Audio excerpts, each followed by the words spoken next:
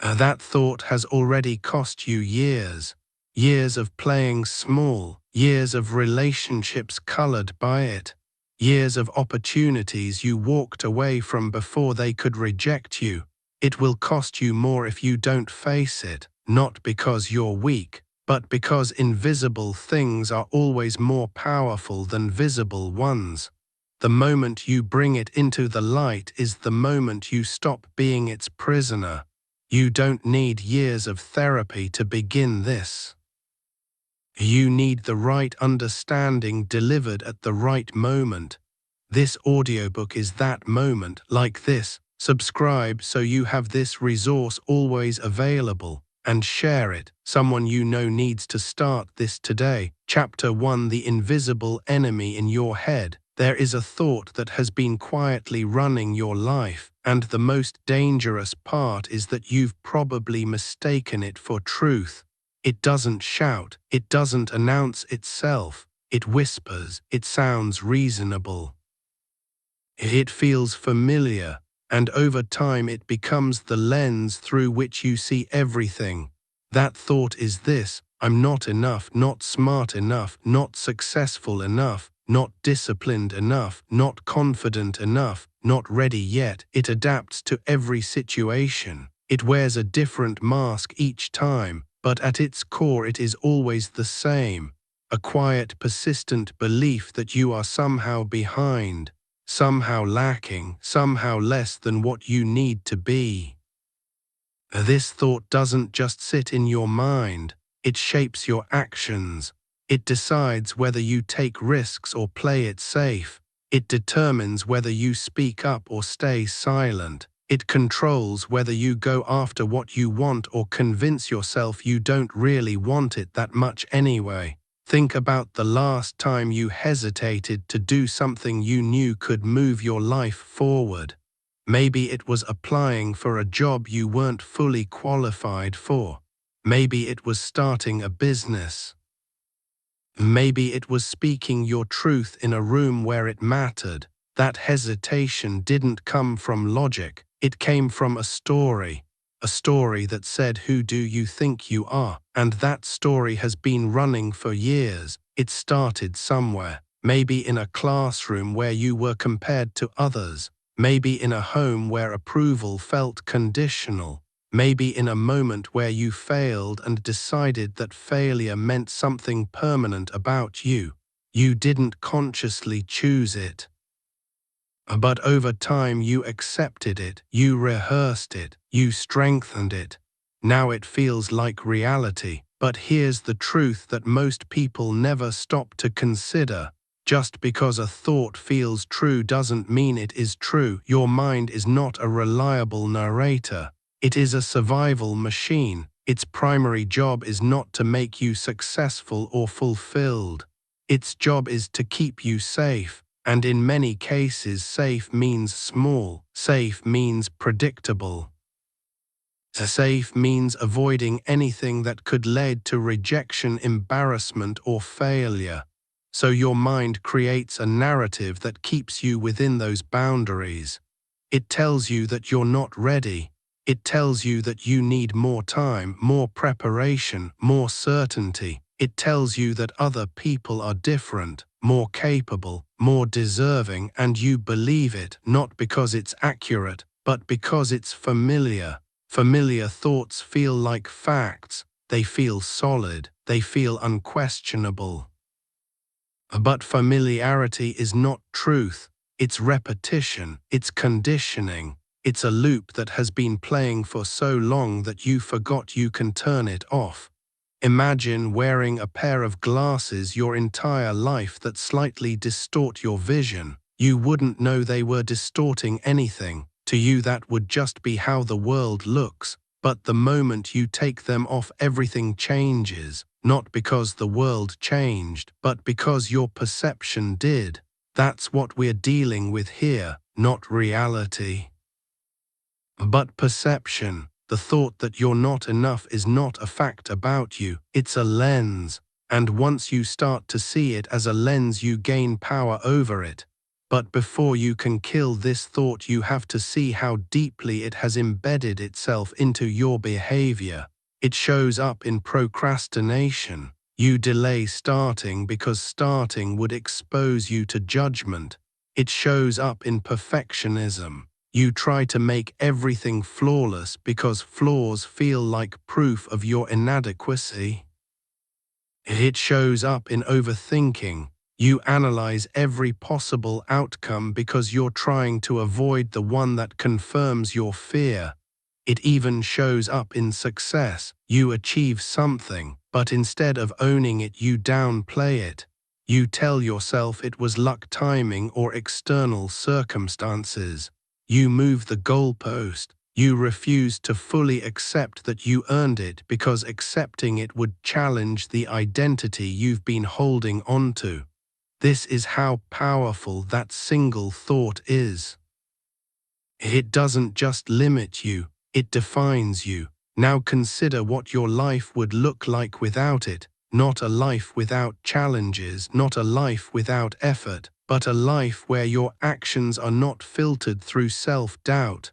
A life where you move forward even when you don't feel ready. A life where you trust yourself enough to take risks, to fail, to learn, and to keep going. That version of you already exists. It's not something you need to build from scratch. It's something you uncover by removing what's been holding it down, and the first step is awareness. You have to start catching the thought in real time, not after it's already influenced your behavior, but in the moment it appears. When you feel hesitation, pause. When you feel doubt, pause. Ask yourself, what am I telling myself right now? You'll start to notice patterns, the same phrases, the same assumptions, the same quiet voice that tries to pull you back. If this audiobook is bringing you value so far, take a moment to like it. Share it with someone who needs to hear this. Leave a comment with your biggest takeaway, and subscribe to Prime Audiobooks for more content like this. Now let's continue. Once you identify the thought, the next step is to question it. Not aggressively, not emotionally, just objectively. Is this actually true? What evidence do I have?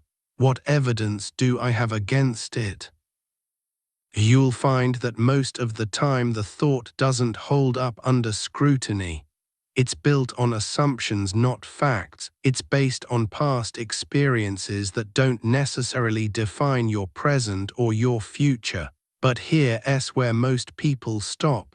They recognize the thought is flawed, but they don't replace it. They leave a vacuum, and the mind hates a vacuum, so it fills it with the same old narrative. You don't just remove the thought, you replace it with a better one.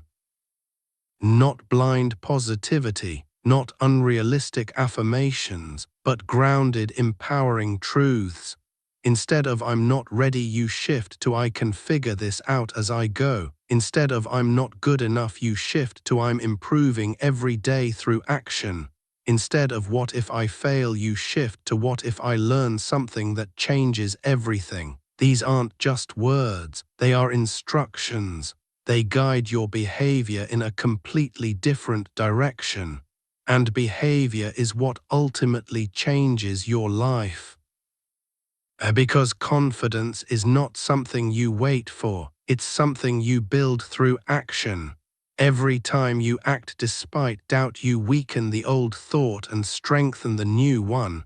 Every time you move forward when it would be easier to stay still, you prove to yourself that you are more capable than you believed. Over time, the voice in your head changes, not because you silenced it, but because you retrained it. It starts to support you instead of sabotage you. It starts to push you forward instead of hold you back. It starts to reflect who you are becoming, not who you used to be. But this process requires discipline. You won't wake up tomorrow and suddenly be free from self-doubt. The thought will come back. It will try to reassert itself. It will test whether you've truly changed or if you're just temporarily motivated. Your job is to respond differently every time, not perfectly, not flawlessly, but consistently. Because consistency is what rewires your mind. And as you continue this process, something powerful happens. You begin to separate yourself from your thoughts. You realize that you are not the voice in your head. You are the one who hears it. You are the one who chooses whether to believe it or challenge it. That realization changes everything. Because once you understand that you are not your thoughts, you stop being controlled by them. You stop reacting automatically. You start responding intentionally, and that is where your power lies. So as you move forward, pay attention to the conversations happening inside your mind. Notice the patterns, question the assumptions, replace what's holding you back with what moves you forward. Because the thought that has been destroying you is not permanent, it's not fixed, it's not who you are, it's just a thought. And thoughts can be changed. As you reflect on this, consider how often you've held yourself back because of a story that felt true but was never actually tested. Think about the opportunities you've hesitated to pursue, the risks you've avoided, the moments where you chose safety over growth.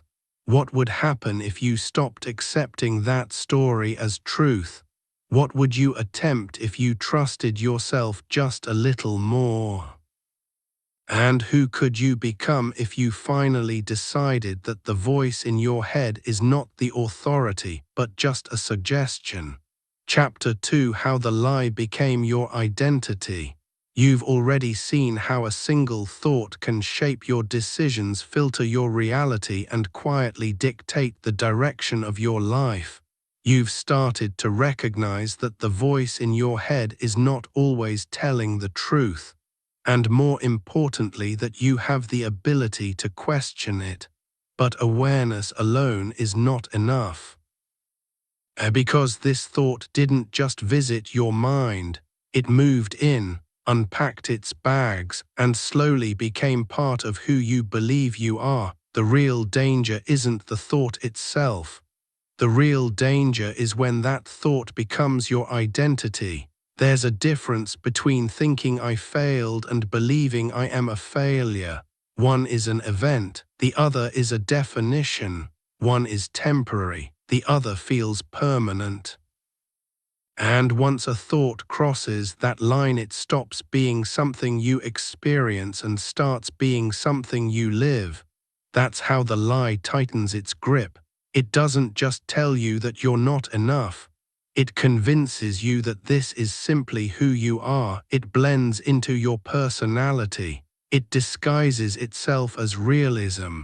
You start calling it being honest with yourself. You start defending it. You start building your life around it.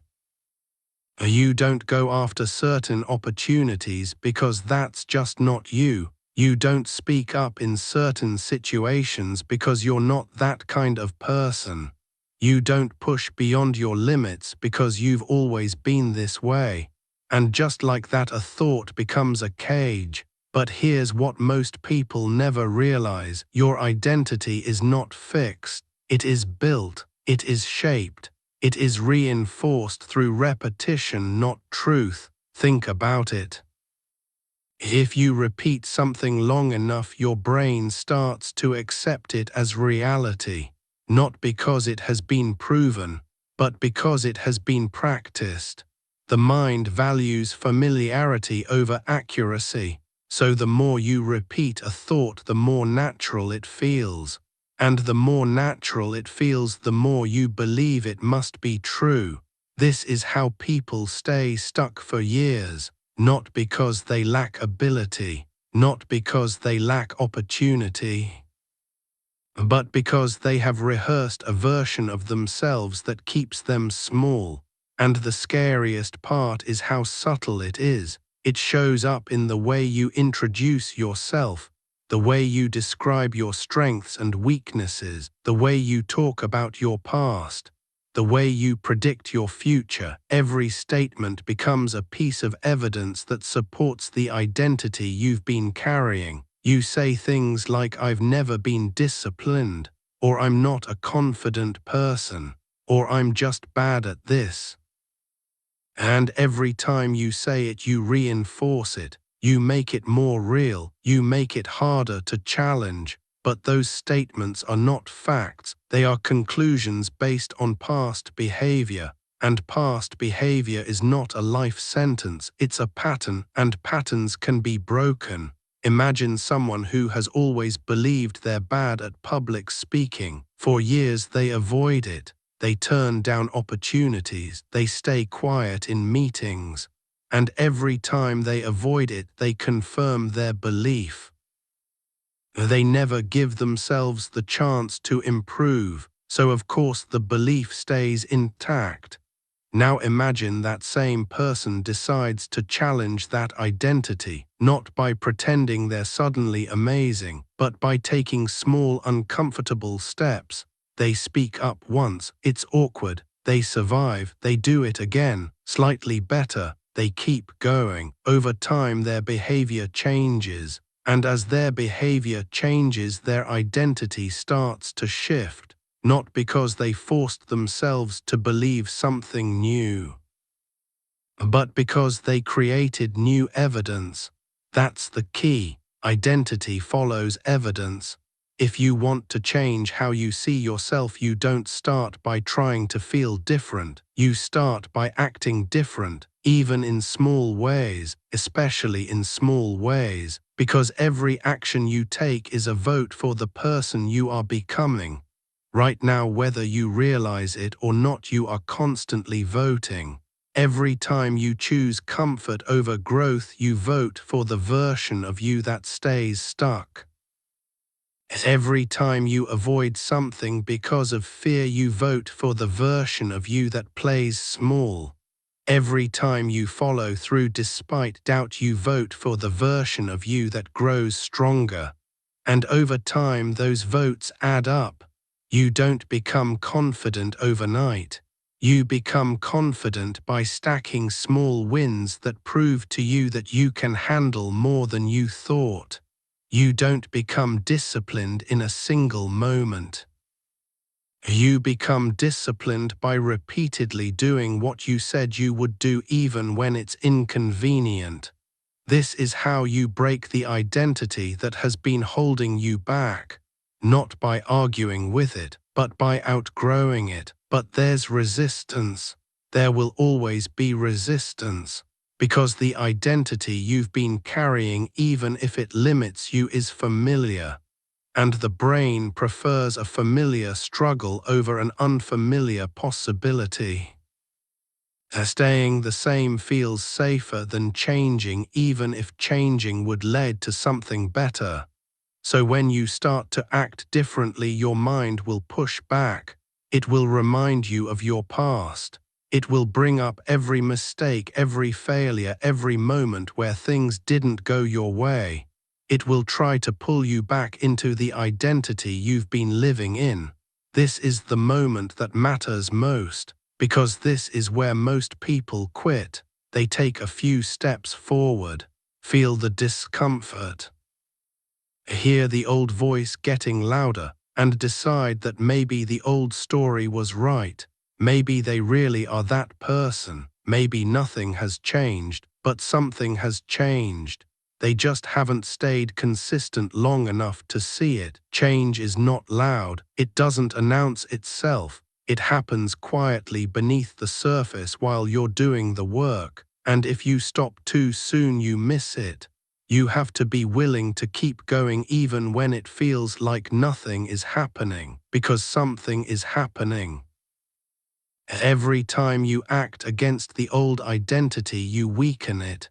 Every time you choose growth over comfort, you strengthen the new one. And eventually there's a shift, a moment where you realize that the way you used to see yourself no longer fits. You're not the same person anymore, not because you decided to be different, but because you proved it to yourself through action. This is how you kill the thought that's been destroying you. You don't fight it directly. You replace the identity it created. You become someone who takes action despite doubt, someone who follows through despite discomfort, someone who doesn't wait to feel ready before moving forward. And once that identity takes hold, the old thought loses its power because it no longer matches your reality. Now take a moment to think about the identity you've been carrying, the labels you've accepted, the limitations you've believed. Where did they come from? Were they based on a single moment or repeated over time until they felt true? And more importantly, are they still serving you? If this audiobook is bringing you value so far, take a moment to like it. Share it with someone who needs to hear this. Leave a comment with your biggest takeaway. And subscribe to Prime Audiobooks for more content like this. Now let's continue. As you move forward, start paying attention to the way you describe yourself both to others and in your own mind. Notice the patterns, notice the limitations, and then begin to challenge them, not with words, but with actions, because the version of you that you've been holding onto is not permanent, it's not fixed, it's not final, it's just a story, and stories can be rewritten. So who are you willing to become if you stop repeating the same old script? What actions would that version of you take today, even if they feel uncomfortable? And how long will you continue to live in an identity that no longer serves you before you decide to create a new one? Chapter 3: Why Your Brain Keeps Pulling You Back. You've started to see that the thought holding you back is not truth but repetition, and that the identity built around it is something you've reinforced through action over time.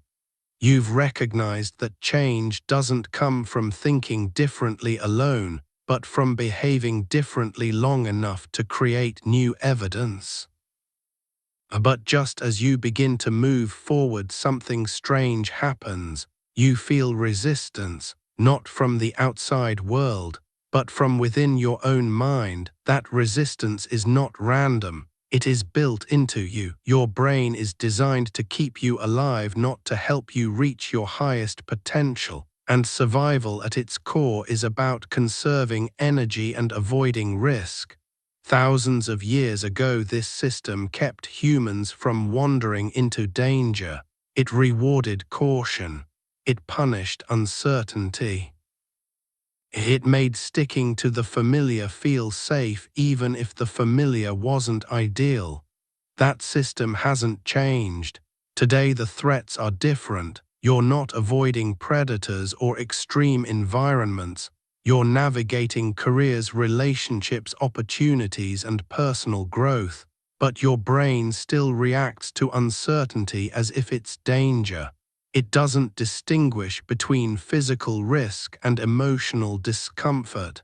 To your brain, rejection feels like a threat. Failure feels like a threat. Even trying something new can feel like a threat. So when you decide to step outside your comfort zone, your brain pushes back. It sends signals that feel like doubt, fear, hesitation. It floods your mind with reasons to stay where you are. It reminds you of past failures. It exaggerates potential risks. It questions your ability, not because it wants to sabotage you, but because it wants to protect you. The problem is that what protects you in the short term often limits you in the long term. Staying in your comfort zone feels safe, but it also keeps you stuck. Avoiding risk prevents failure, but it also prevents growth. Listening to that protective voice might reduce discomfort today, but it guarantees regret tomorrow. This is the trap. Your brain rewards you for avoiding discomfort. Every time you back out of a challenge, every time you choose the easier path, you get a small sense of relief. That relief feels good. It reinforces the behavior. It teaches your brain that avoidance works, but that relief comes at a cost, because while you're avoiding discomfort, you're also avoiding progress. And over time, that avoidance compounds. Opportunities pass, skills stagnate, confidence erodes, and the thought that you're not enough gets stronger because your actions keep proving it right. Now flip that. Every time you lean into discomfort, even in small ways, you send a different signal. You teach your brain that discomfort is not danger. You prove that you can handle more than it assumed. You start to rewire the system. But here's the part most people underestimate. Rewiring your brain is not comfortable. There is a period where everything feels harder, where taking action requires more effort, where doubt feels louder, not quieter, where you question whether you're actually making progress or just forcing something that isn't natural. That's not a sign that you're failing, that's a sign that you're changing, because your brain is adjusting to a new pattern. It's being asked to accept uncertainty as normal, to accept effort as necessary, to accept growth as the new standard. And it doesn't like that at first. Think about it like building a muscle. The first few workouts are the hardest. Your body resists. It feels unnatural. It's uncomfortable, but over time, as you stay consistent, your body adapts. What once felt difficult becomes manageable. What once felt impossible becomes routine. Your mind works the same way. At first, taking action despite doubt feels forced. It feels like you're going against yourself, but if you stay consistent, something shifts. The resistance weakens, the discomfort decreases, the new behavior becomes more natural, and eventually it becomes who you are. But you have to get through that initial phase. You have to be willing to act even when your brain is telling you not to. You have to be willing to feel uncomfortable without interpreting that discomfort as a sign to stop. You have to be willing to trust the process before you see the results. This is where discipline comes in, not motivation. Motivation is unreliable. It comes and goes based on how you feel. Discipline is different. A discipline is the ability to act regardless of how you feel.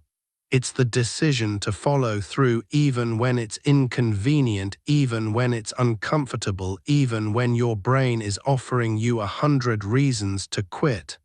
And discipline is what breaks the cycle. Because once you stop letting your feelings dictate your actions, you gain control. You stop reacting automatically. You start choosing intentionally. You become someone who moves forward even when it's hard. That's where real confidence is built, not in moments of ease, but in moments of resistance. Every time you push through that resistance, you prove something to yourself. You prove that you are not controlled by your impulses. You prove that you can override the default settings of your mind. You prove that you are capable of more than your brain initially allows you to believe. And those proofs add up. They change the way you see yourself. They weaken the old thought that you're not enough. They strengthen a new identity, one built on action, resilience, and growth. But you have to be careful not to misinterpret the signals. Just because something feels uncomfortable doesn't mean it's wrong. Just because your brain is resisting doesn't mean you should stop. In fact, in many cases, the opposite is true. Discomfort is often a sign that you're doing something that matters, something that challenges you, something that stretches you, something that moves you closer to the person you want to become. So instead of avoiding discomfort, you learn to lean into it. You learn to see it as a signal, not of danger, but of growth. You start asking different questions. Instead of how do I avoid this, you ask what can I learn from this? Instead of what if I fail, you ask what if this makes me better?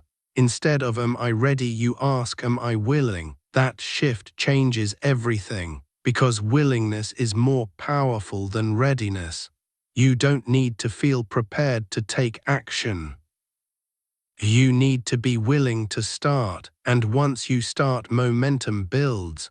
Small actions lead to small wins build confidence, confidence leads to bigger actions, and over time what once felt like a struggle becomes your new normal. This is how you break free from the cycle that has been holding you back, not by waiting for the fear to disappear, but by moving forward despite it. Not by eliminating resistance, but by pushing through it.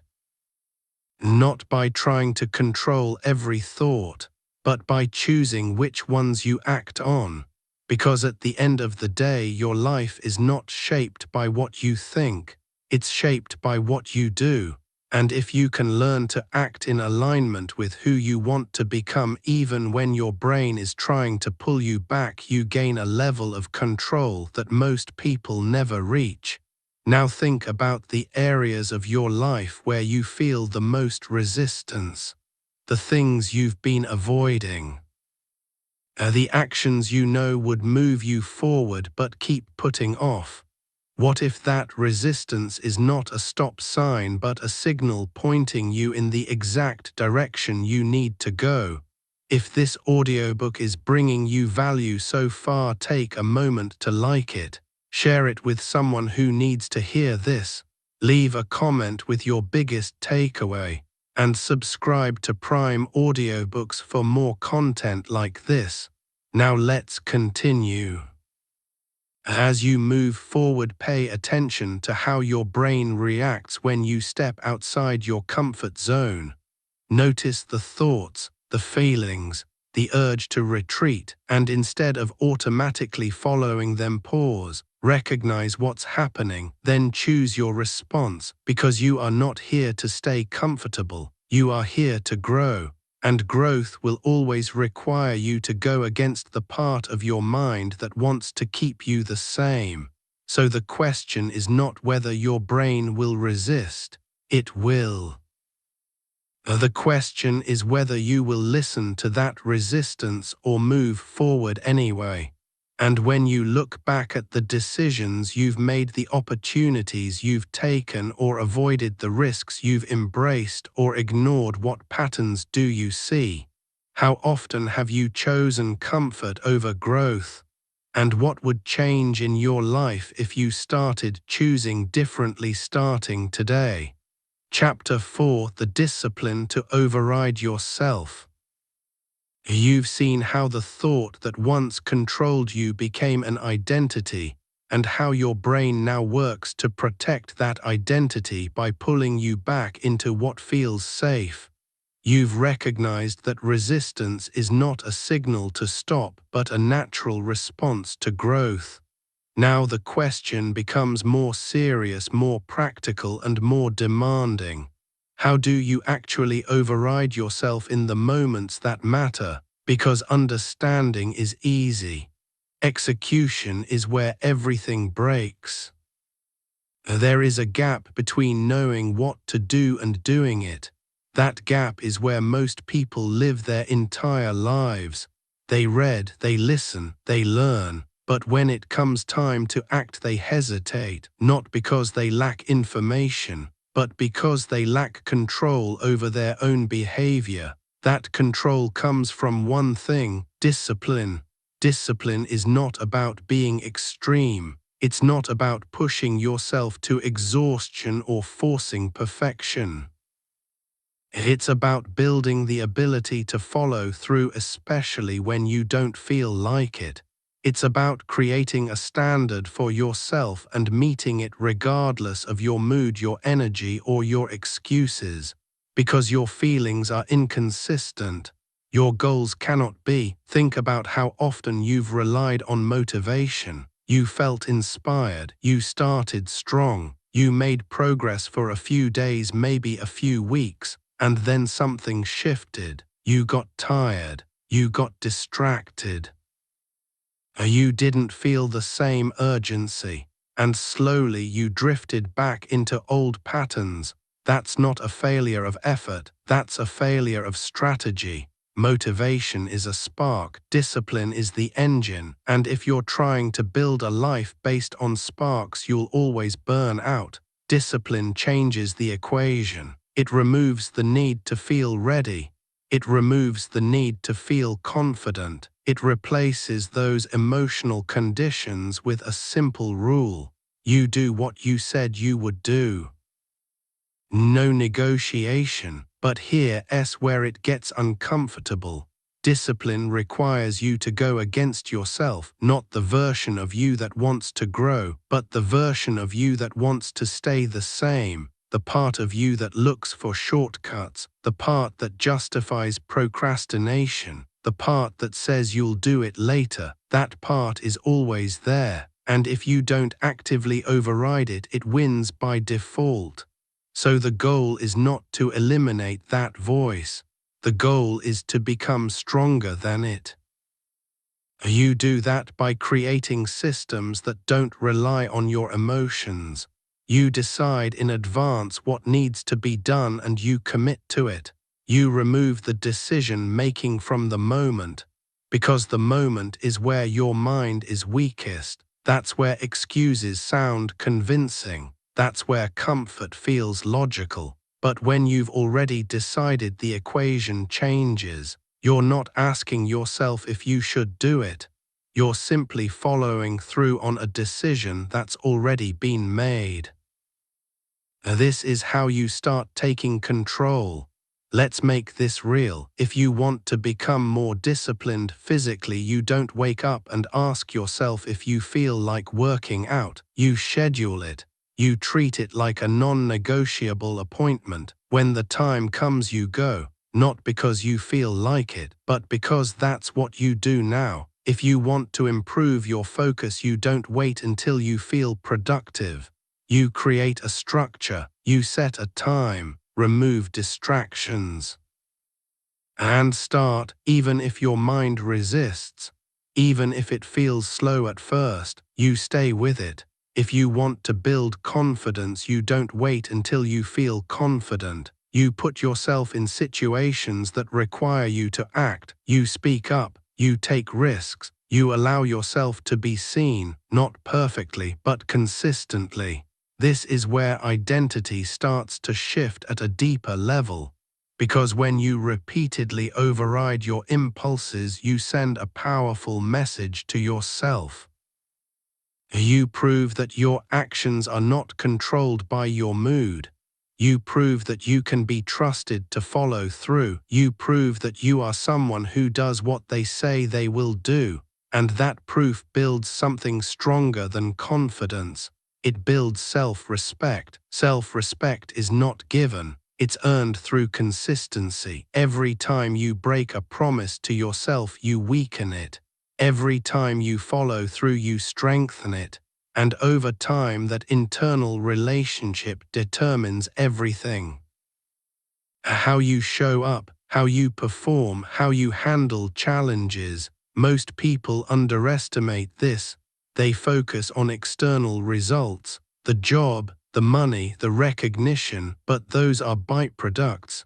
The real transformation happens internally in the way you see yourself. When you know without question that you can rely on yourself, everything changes. You stop second-guessing. You stop hesitating as much. You move with a level of certainty that doesn't come from knowing the outcome, but from trusting your ability to handle whatever happens.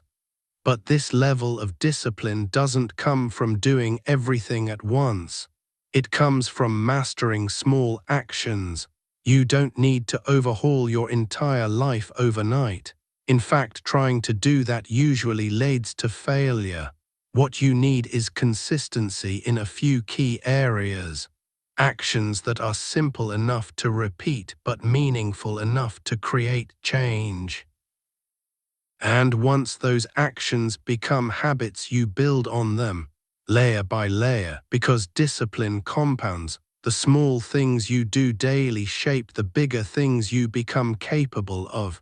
Waking up when you said you would, finishing what you started, following through on commitments. These might seem basic, but they are the foundation of everything else. Without them, nothing sustainable gets built. With them, everything becomes possible. Now let's address something important. Discipline is not about being perfect. You will have days where you fall short, days where you don't follow through, days where you slip back into old patterns. That's part of the process. What matters is how you respond. Do you use it as an excuse to quit or as a reminder to get back on track? Most people let one mistake turn into a pattern.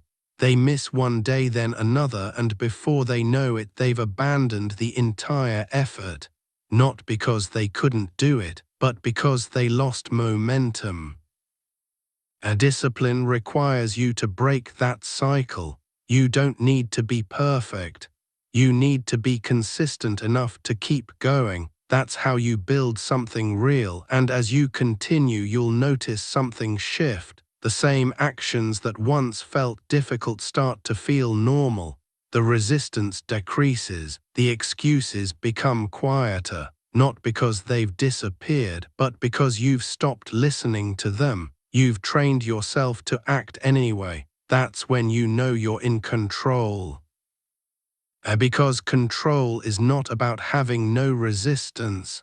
It's about not being controlled by it. So as you move forward, start focusing on what you can control daily. Not the big outcomes, not the distant goals, but the actions in front of you. The choices you make in real time, because those choices define everything. If this audiobook is bringing you value so far, take a moment to like it. Share it with someone who needs to hear this. Leave a comment with your biggest takeaway. And subscribe to Prime Audiobooks for more content like this. Now let's continue. As you reflect on your current habits, your routines, and your patterns, ask yourself where you've been relying on feelings instead of standards. Where have you been negotiating with yourself instead of committing? And what would change if you decided that your actions are no longer optional but aligned with the person you are becoming? Because at the end of the day, the life you want is not built on what you intend to do. It's built on what you consistently execute. So who are you when no one is watching?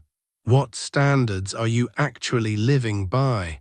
And if your current actions are shaping your future, is that future one you're willing to accept, or is it time to take full control and build something better?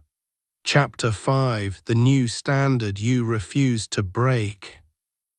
You've learned that the thought holding you back is not truth, but conditioning, that your identity has been shaped by repeated actions, and that your brain will resist anything unfamiliar even when it leads to growth. You've also seen that discipline is the bridge between who you are and who you're becoming, the tool that allows you to act regardless of how you feel. Now everything comes down to one defining shift. You stop negotiating with yourself and start living by a standard. Because discipline without a standard eventually fades, but a standard once truly set becomes non-negotiable. A standard is different from a goal. A goal is something you aim for. A standard is something you live by. A goal says, I want to get in shape. A standard says, I don't miss workouts. A goal says, I want to be more confident. A standard says, I speak up even when it's uncomfortable. A goal says, I want to succeed. A standard says, I execute daily regardless of circumstances. This is where most people fall short. They set goals, but they don't define the behaviors that support them. They get excited about outcomes, but they don't commit to the process, and without that commitment they drift. Standards eliminate drift. They create clarity. They remove options. They simplify decisions. When you have a standard, you don't wake up and wonder what kind of day you're going to have. You already know.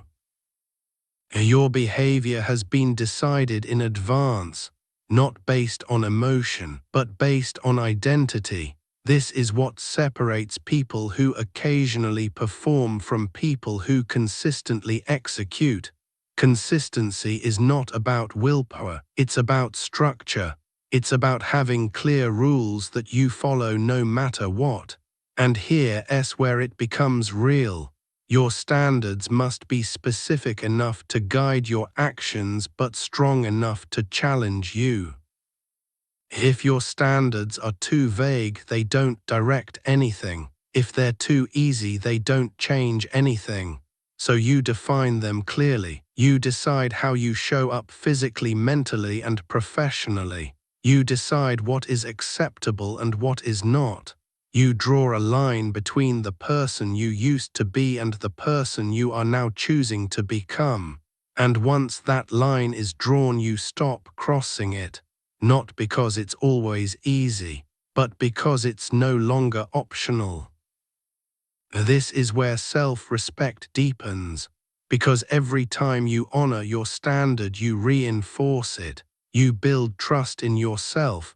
You prove that your words mean something, and over time that trust becomes unshakable. But let's be clear about something. Setting a standard is easy. Living by it is not.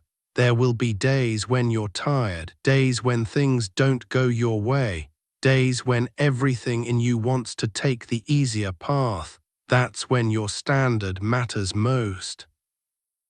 Because a standard is not tested when things are going well, it's tested when they're not.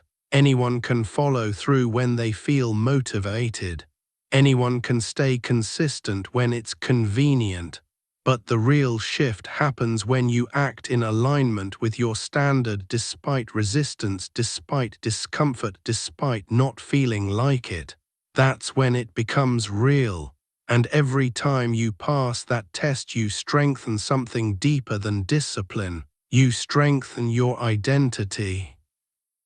You become someone who doesn't break their own rules. And that changes how you carry yourself. You walk differently. You think differently. You approach challenges differently because you're no longer relying on hope or chance. You're operating from certainty, not certainty about outcomes, but certainty about your effort, and that's all you can control. Now let's address the internal conflict that shows up when you raise your standards, because part of you will resist it. The same voice that used to tell you that you're not enough will now try a different strategy.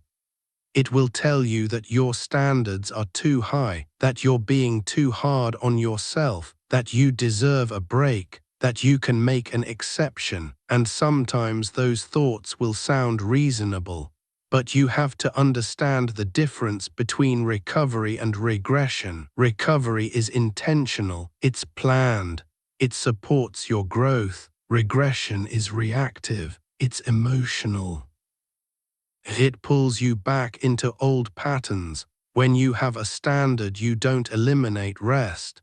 You control it. You use it strategically, not impulsively. Because without that awareness, it's easy to justify slipping, and slipping is not the problem. Staying there is. So when you fall short, you don't overreact. You don't spiral. You don't abandon the standard. You return to it immediately. No delay, no negotiation. That speed of recovery is what keeps you on track.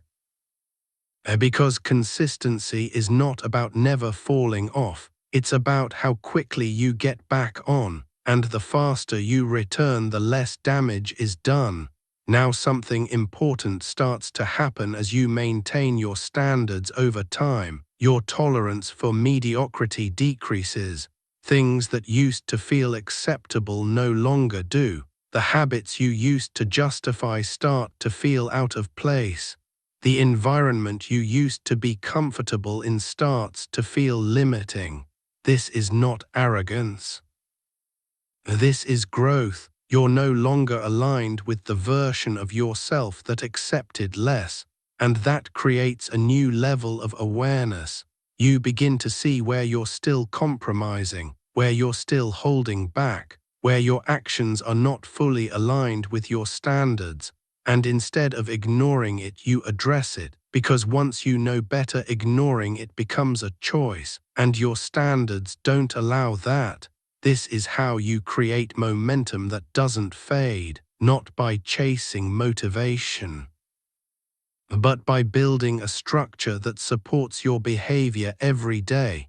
And over time, that structure becomes your lifestyle. You don't think about it as effort anymore. It becomes automatic. It becomes part of who you are. You are someone who follows through, someone who shows up, someone who executes. And once that identity is fully established, the thought that used to hold you back loses its place entirely. Because it no longer matches your actions, you've replaced it with something stronger. Now take a moment to look at your current standards. Not what you say they are, but what your actions prove them to be. Where are you still allowing inconsistency? Where are you still making exceptions that don't serve you? If this audiobook is bringing you value so far, take a moment to like it, share it with someone who needs to hear this, leave a comment with your biggest takeaway, and subscribe to Prime Audiobooks for more content like this. Now let's continue. As you move forward, understand that your life will rise or fall to the level of your standards, not your intentions, not your goals, but the behaviors you refuse to compromise on. So what are you no longer willing to tolerate from yourself? What line are you finally ready to draw and respect? And when the moment comes when the pressure is real and the easier option is right in front of you, will you choose comfort, or will you choose the standard that defines the person you are becoming? Chapter 6: The Decision That Changes Everything. You've uncovered the thought that once controlled your actions, seen how it evolved into an identity, and understood why your brain fought to keep it in place. You've learned to act despite resistance, to build discipline, and to raise your standards to a level where excuses no longer hold power. Now everything comes down to one final truth. None of this works unless you make a decision that you refuse to take back. Because information doesn't change lives, decisions do. There comes a moment where you stop analyzing, stop preparing, stop waiting for the perfect time, and you choose, not casually, not temporarily, but completely. A decision that draws a line between who you were and who you are now committed to becoming. Most people never reach this point. They stay in a cycle of almost starting, almost committing, almost changing. They keep one foot in their old habits and one foot in their desired future, and as a result they go nowhere. Real change requires full commitment. It requires you to stop leaving doors open for your old self to walk back in. It requires you to stop negotiating with the habits, thoughts, and patterns that have already proven they don't serve you. This is not about intensity, it's about clarity. You decide who you are, you decide what you do. And you align your actions with that decision every single day. No exceptions that pull you backward, no justifications that weaken your standard. No waiting for a different version of yourself to show up, because that version of you is built through action, not waiting. Think about every time you said you were going to change, every promise you made to yourself, every plan you created. What stopped you wasn't a lack of ability, it was a lack of finality. You left room for retreat. This time is different. This time you decide that going back is no longer an option, not because it's impossible, but because it's unacceptable. And when you reach that level of commitment, something shifts immediately.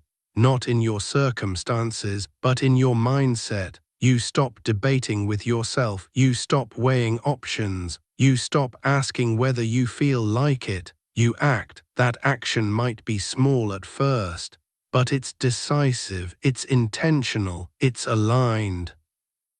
And once you start moving from that place, momentum builds in a different way, not the fragile kind that depends on motivation, but the steady kind that comes from certainty. You know what you're doing, you know why you're doing it, and you know that you're not stopping.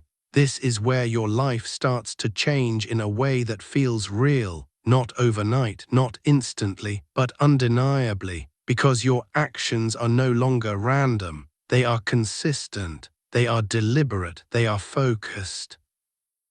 And over time, those actions compound. The effort you put in today makes tomorrow easier.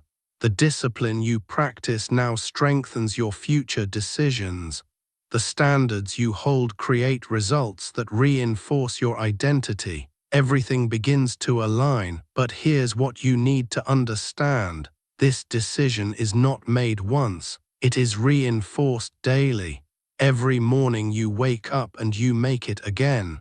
Every time you're faced with a choice between comfort and growth, you make it again. Every time your old patterns try to pull you back, you make it again. Because a decision without reinforcement fades. And consistency is what turns a decision into a transformation.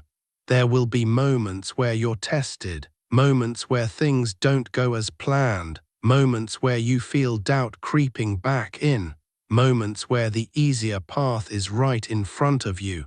That's when your decision matters most, because in those moments you prove whether it was real or temporary.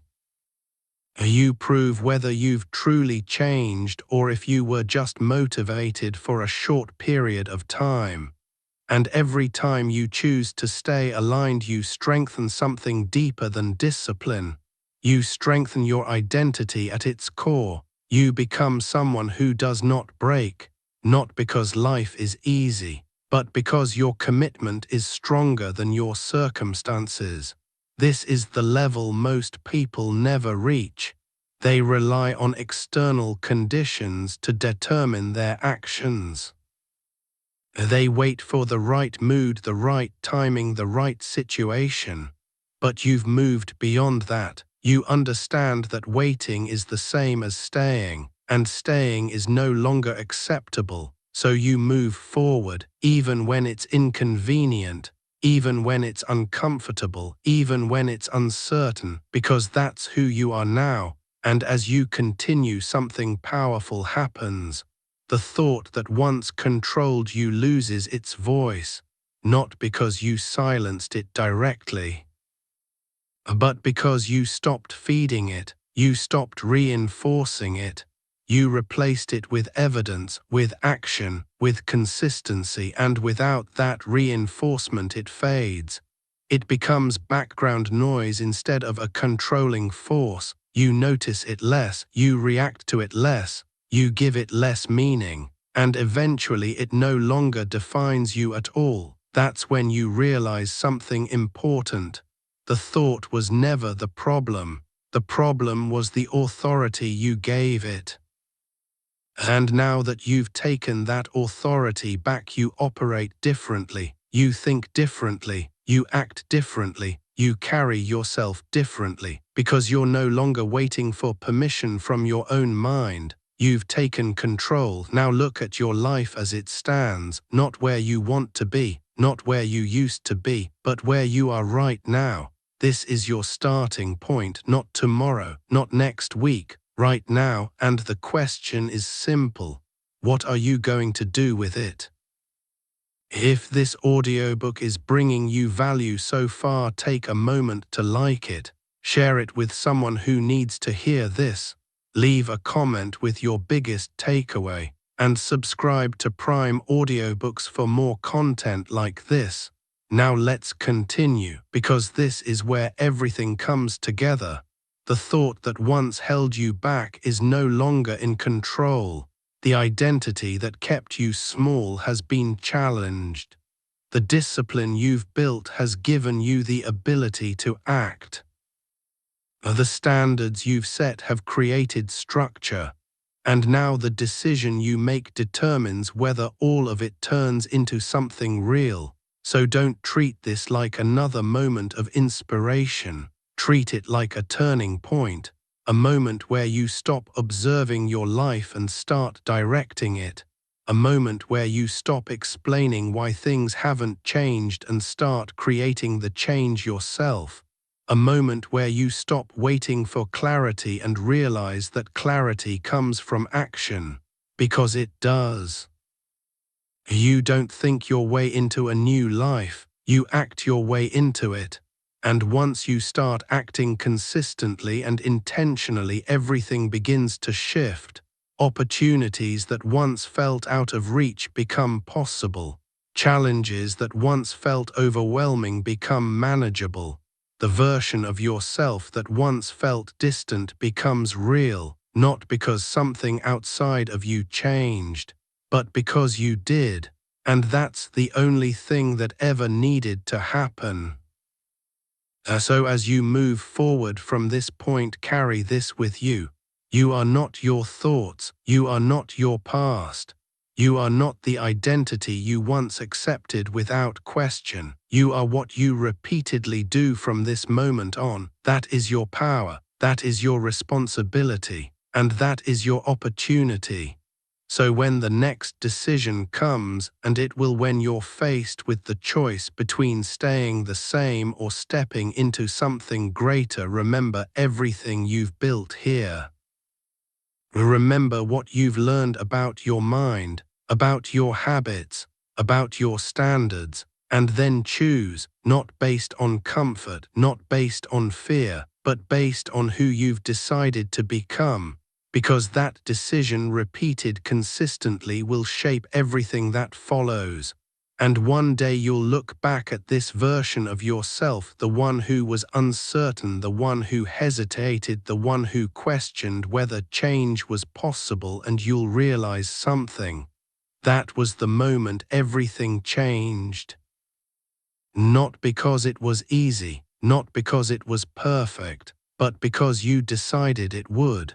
So now, as you stand at this point with everything in front of you, ask yourself this: if your life is a direct reflection of your daily actions, what does your future currently look like? If nothing changes, where will you end up? And if you truly commit, if you follow through, if you refuse to go back, how different could everything become? The answer is not something you wait to discover, it's something you create.